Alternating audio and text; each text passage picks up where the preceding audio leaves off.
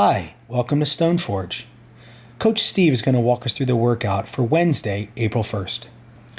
Today's warm-up will be 3 rounds completed at each individual athlete's own pace. The first movement will be 20 split leg jumping jacks. Athletes will laterally raise arms overhead and lower them back to the starting position while splitting legs forward and backwards. The second movement will be 15 air squats. Athletes will begin with feet placed shoulder width apart. Athletes will then complete a full depth squat with hips passing below the top of the knee, and then return back to the full upright position. The third movement are calf raises. Athletes will place feet hip width apart, raise calves up onto the toes, and lower heels back down to the floor. The final movement is 5 push-ups. Athletes will begin by taking up a plank position with hands directly beneath the shoulders, forming a generally straight line from shoulders to ankles.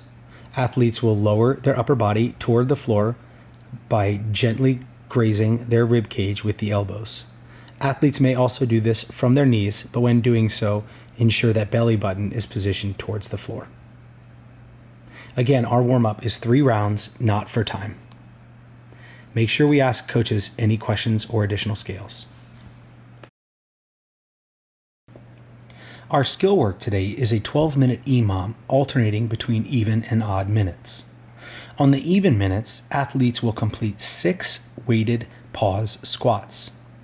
Athletes will pick up the dumbbell, kettlebell, or any odd weighted object and complete 6 pause squats, holding at the bottom of the squat for a 3-second count. The 3-second count does not start until the athlete achieves the full depth position.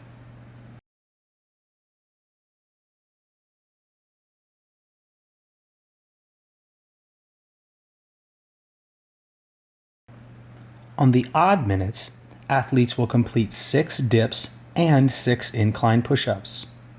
The 6 dips will be completed from a box, bench, chair, ledge, or table. Athletes will attempt to keep their posterior chain engaged and close to the object as they descend.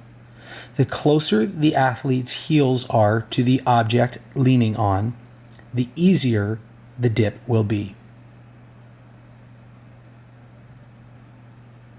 Athletes will then transition directly to 6 incline push-ups. Ensure that the body still remains in one generally straight line from shoulders to ankles.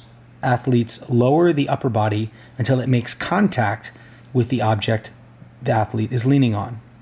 Athletes can also complete this movement from their knees, but again, ensure full depth and rigidity from shoulders to knees. Again, this skill work is a 12-minute EMOM. Finally, today's WOD is for time. It is a tidal wave or pyramid style workout. Athletes will complete 10, 20, 30, and then descend 20, 10 reps of each of the prescribed movements.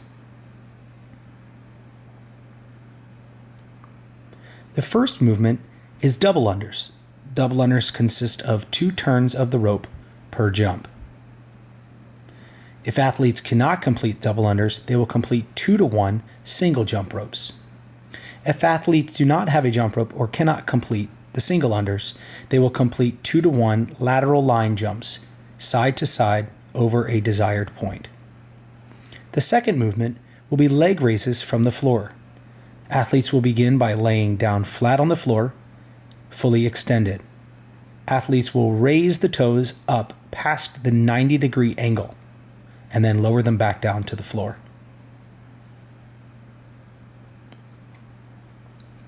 The final movement will be a forward object raise. Athletes can use a dumbbell, kettlebell, or any object to add weight to the movement. Athletes will raise the object forward at or past the eyes, attempting not to use momentum. Again, the workout is 10, 20, 30, 20, 10 of double unders, 2-to-1 single or lateral line jumps, leg raises, and forward object raises. Enjoy today's workout, and remember, stay Stoneforge strong.